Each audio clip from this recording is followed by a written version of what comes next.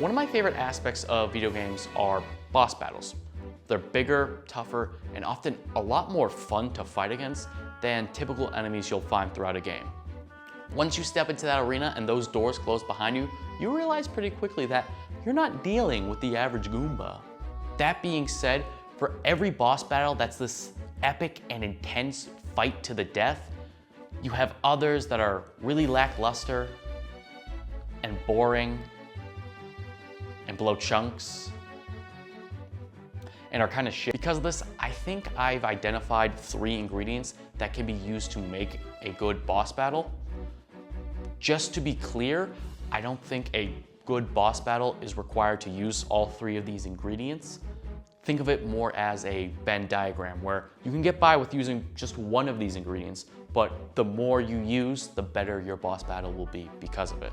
In this video, I'm going to be more so focusing on gameplay, boss fight mechanics, rather than I am boss fight difficulty.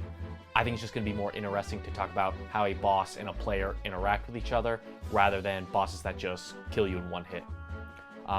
That's everything. Let's roll it.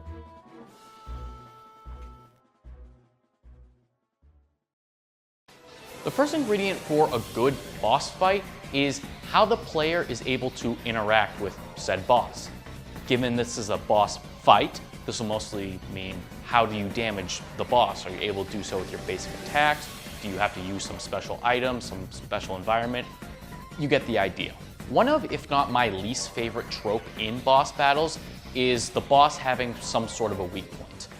Not that I'm necessarily opposed to the concept of a weakness, but I feel like a lot of the time, if a boss or enemy has a weak point, it's going to be the only way to inflict damage to them throughout the entire fight. So the first thing I'd like in my ideal boss battle is for all the items in the player's inventory to have the intended effect that they typically do. If you have to hit a boss in a specific part of their body with a specific item, it's really limiting in what the player can do. And at least in my experience, it really dampens the enjoyment I can get out of a boss.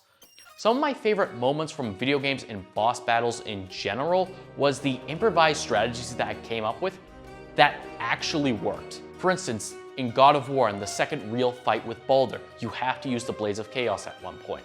The runics I had equipped, they would just miss them. They had too slow of a animation, and as such, I was missing big damage on Baldur. I eventually came up with a strategy. I'd use the Hyperion pull on him, pull him right in front of me, where he's stunned a bit, he can't run away, just let it rip, get some big damage. In Metal Gear Solid, during the Vulcan Raven fight, it gets to a point where he starts to run around faster, so he's able to both dodge your missiles a lot better and also just shoot them out of the air. I got to a point where I was low on rations, and if I took like one more hit, I would die and have to do the whole thing again. I came up with this idea of, I'm just gonna be a pussy, I'm gonna put mines, claymores and stuff all around the ring, hide, detonate them, so I don't have to deal with them. And it worked. Back in the original 2000-2001 Spider-Man PlayStation game, you fight Carnage in this circular room with this sound bubble in the middle of it that'll hurt anyone who goes in there because of the painful noise it makes. I came up with this strat where after I knock him into the bubble and he takes his chunk of damage and the bubble's about to dissipate so he can get out and I have to knock him back in, I would just web him up so he can't escape and he'd just be trapped in there and just keep taking huge amounts of damage without me having to throw him back in over and over again. And while I was getting footage for this video, I did that strategy again, and this time I actually almost one-cycled him. Sure, you could argue that these strategies really trivialize their respective boss fights in the sense that I'm able to kill Vulcan Raven while hiding from him, or I'm able to kill Carnage while keeping him trapped in one area. But coming up with these strategies on my own with nothing but the toolkit the game provided to me and just putting it to some creative use, it made me feel like a goddamn genius and was an infinitely more rewarding experience than any other boss fight with like a weak point or a specific damage method. For a strategy to be rewarding, it doesn't have to neuter a boss like mine did for Vulcan Raven or Carnage. It can just simply achieve something. For instance, in my God of War example, Baldur's moving around too fast for me to hit him with my big moves, so I use another attack that'll put him right in front of me so I can hit him with my big moves. That's it. That's all it was. It didn't cripple Baldur, it just let me utilize my toolset more. It's a minor victory in that boss fight, and it's one of my favorite gaming moments I've ever had. The second ingredient needed to have a good boss battle is for the boss to have good offensive options, or have ways in which they can interact with the player instead of it being vice versa. I have defined this as they must have opportunity, clarity, and variety.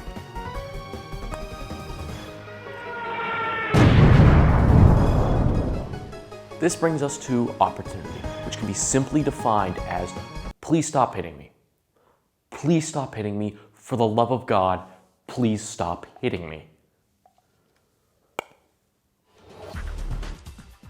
What I mean by this is that there has to be an opportunity in which the player can damage the boss and not be damaged simultaneously. Otherwise, you just get into a competition of who has the bigger health bar. Spoiler alert, you will not win that competition. I'm not saying the boss has to leave himself open for a few seconds and just let you wail on him, but I think that they should leave an opening maybe after you dodge an attack, you block an attack, maybe you throw down a weapon that causes a smoke screen or something, and then you attack. There just has to be some way in which the player can respond without being punished. I think that one was a good fucking take.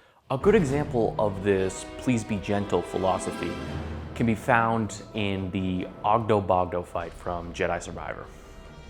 For anyone unaware, Ogdo Bogdo is relentless. He attacks constantly, and if he were to land an attack on you, he would do huge amounts of damage to you. I thought I could finally get an attack in, but nope, that was silly. Because of this, the player has to keep as much distance as they can. The primary way I fought it was by using these saber throw attacks, but you only have a limited number of those. And the alternative is to do this little jump slash attack, which is just kind of like a cheap runaway tactic. Although I can't prove this, I would argue that this fight is harder than it was in the first game, because in the first game you had a dedicated slow-mo attack, so you could do something about the constant barrage of attacks from Bogdo. But you don't have that anymore. You have like one super slow-mo, even though it's not that super. So there's nothing you can really do about the speed in which he is attacking. So you just have to do the little, yeah. Despite this fight being kind of, unfair, I do like it because he's a stupid frog with a stupid name, and it's an optional fight you only have to do if you're a masochist. So then it's funny and ironic, and Ogdo Bogdo is great. Clarity is a lot easier to explain because it's just letting the player know what attack is about to be coming. This is important because if you're just standing still and the player gets hit by like 30 damage, what were they even supposed to do in that scenario? You've got to at least animate like a wind-up punch. This isn't a big thing to harp on. They had this stuff figured out in the original Punch-Out. Just animate your attacks clearly, so it is completely on the player whenever they get it. Look at the Cuphead boss fights. All the boss's movements, all their attacks are animated beautifully. They might throw like 100 different things at the player, and while it might be bullshit, because of the way they animate it, it's never Why did you do that, man? You were right there! You were right there! Why did you stay there, man?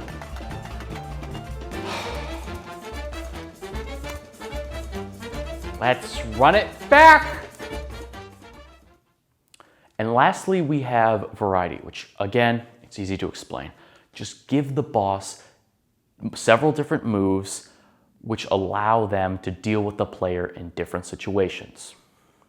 I think a boss that encapsulates that really well is Metal Gear Rex, again from Metal Gear Solid. Depending on the player's proximity to Rex, Rex will attack them in a different way. For instance, if the player is as far away as possible, Rex will respond with heat-seeking missiles. If the player is a section closer than that, he will respond with machine guns that will shoot in a straight line. If the player is one section closer, he'll respond with a laser that cuts horizontally. And if the player is in the closest ring, Rex might step on you. Daddy. All of these attacks force the players to react in different ways. For instance, if the player is getting stepped on, get out of the way. If the player is getting shot out with the laser, move up or down. If the player is getting shot out with the machine guns, move left or right. And if the player is getting shot out with the missiles, throw down a chaff grenade so they are no longer heat-seeking. Now, I don't think a boss needs to have a fully fleshed out moveset in order to be fun to fight against. I think even one-move boss fights can be fun to fight against. However, if you get to a point where a player is using a literal fraction of the controls or is quite literally standing still, I think at that point you have a boring boss fight.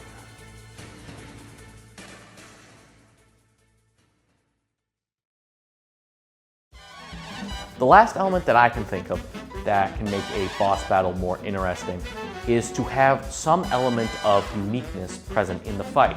Whether that be some kind of mechanic, some kind of situation, the fight could offer something not found in other boss battles present in the game, or maybe gaming as a whole.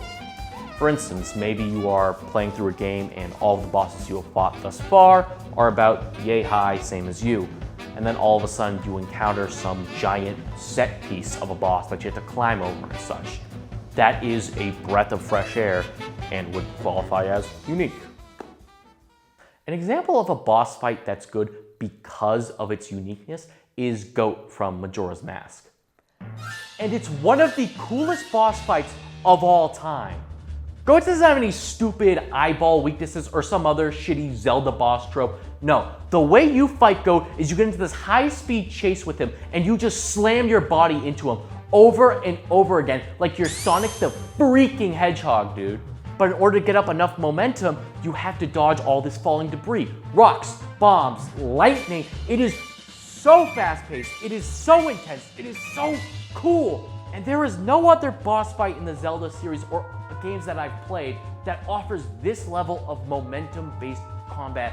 And it sucks because it's so fucking cool! That's why he's the GOAT!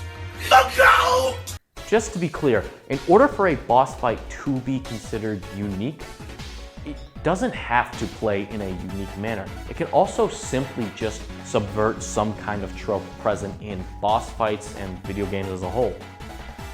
Maybe a boss you're fighting has a distressingly large health bar. Maybe a boss you're fighting dies in one hit. Oh, you finally managed to beat a boss? Do it again. Twice this time. So you managed to kill the boss. Nuh-uh. Think you're able to play your game in peace without being outed as a degenerate? This one's going in my cringe compilation.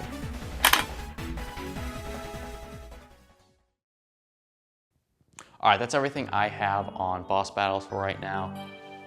Just to be clear again, I don't think a boss battle needs all three elements to be considered good. You can get by with only one element, makes a Venn diagram, yada yada, you get the idea. In fact, a lot of the bosses that I picked for this video or considered using, they only had like one or two elements present, and I do like a lot of them. If you've made it this far, thank you very much. I genuinely want to know what you thought of this video. Did you agree with my points? Do you want to maybe hear more? The boss fight that originally got me to make this video, I actually didn't really feature at all, which I was disappointed by. Finally, if you got this far into the video, genuinely thank you so much. I am trying to make this YouTube thing work, and I would appreciate any and all feedback. Thank you and have a great night.